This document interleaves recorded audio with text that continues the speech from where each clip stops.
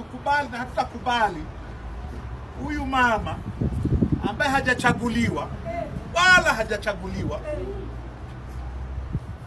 aturudishe kwenye Tanzania ya Magufuli, ya mtangulizi wake. Kama yeye yuko tayari kuturudisha huko, hatutakubali.